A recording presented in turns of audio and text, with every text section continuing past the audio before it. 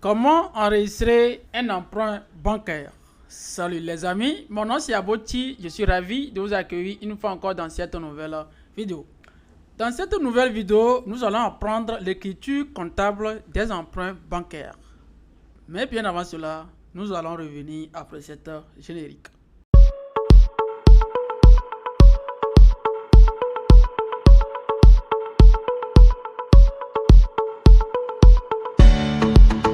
Alors, dans la pratique, ça arrive dans la vie de l'entreprise d'acquérir un emprunt bancaire pour pouvoir relancer ses activités.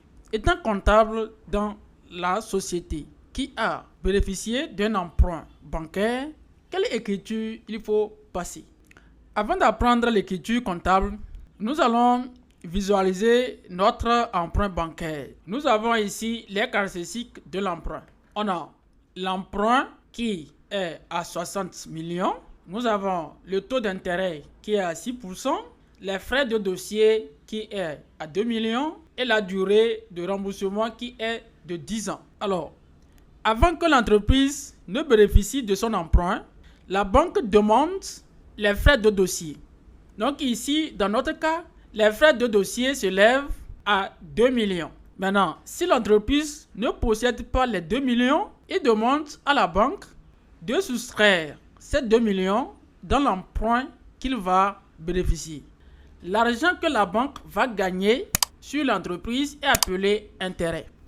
Donc voici à peu près les caractéristiques de notre emprunt. Alors ici dans notre cas, on suppose que l'entreprise ne possède pas les 2 millions. Alors la banque va enlever ces 2 millions dans les 60 millions. Donc l'argent que l'entreprise va prendre à main comme liquidité serait 58 millions. Si nous sommes en face de l'intérêt précompté, ça veut dire que on va enlever dans les 60 millions l'intérêt qui est de 3 600 000 et aussi les frais de dossier. Donc ici nous sommes en face de l'intérêt post-compté. Voilà. Donc voici comment on fait l'analyse de l'emprunt. Alors, étant comptable, il faut créer les comptes 585, 67 12 et 63 18. Le compte 67 12 est mis pour l'intérêt. 63 18 est mis pour les frais de dossier. Au crédit, il faut avoir les comptes 162 et 42 86. 42 86 là, c'est autre charge à payer. Les journaux qui doivent intervenir maintenant, on a journal des opérations diverses et journal de la banque. Voici comment on fait l'analyse de l'emprunt. Maintenant, nous allons enregistrer l'opération dans notre fichier comptable. On va ouvrir le journal des opérations diverses du mois d'octobre. Si on s'est passé le 10, on va laisser les numéros de facture, la référence on laisse. Le compte général, je mets 585. Le libellé, je mets virement de fonds de l'emprunt.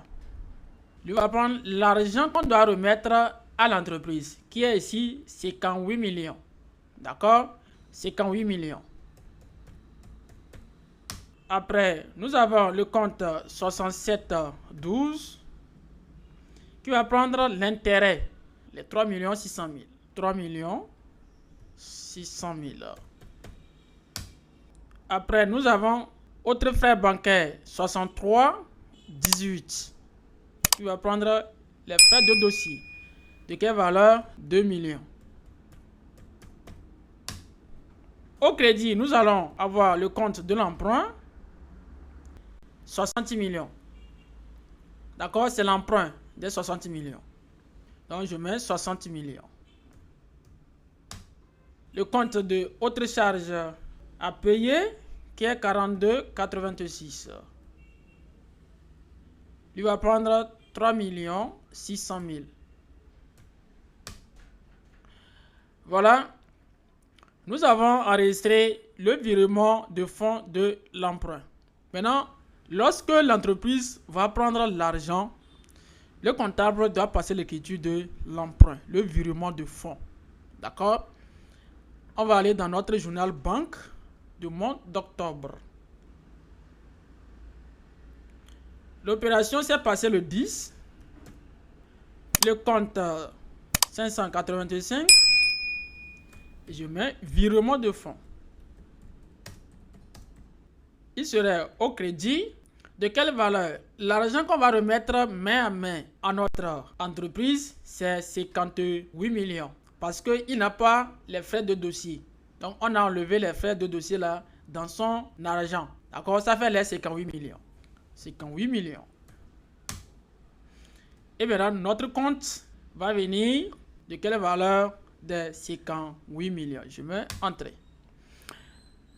Voici comment passe l'écriture de l'emprunt bancaire. Alors, ceux qui ont des questions qui talonnent leur esprit, n'hésitez pas à nous laisser en commentaire ces questions. Ou soit, prenez les numéros qui s'affichent dans la description de cette vidéo. Sur ce, nous vous disons merci et à plus.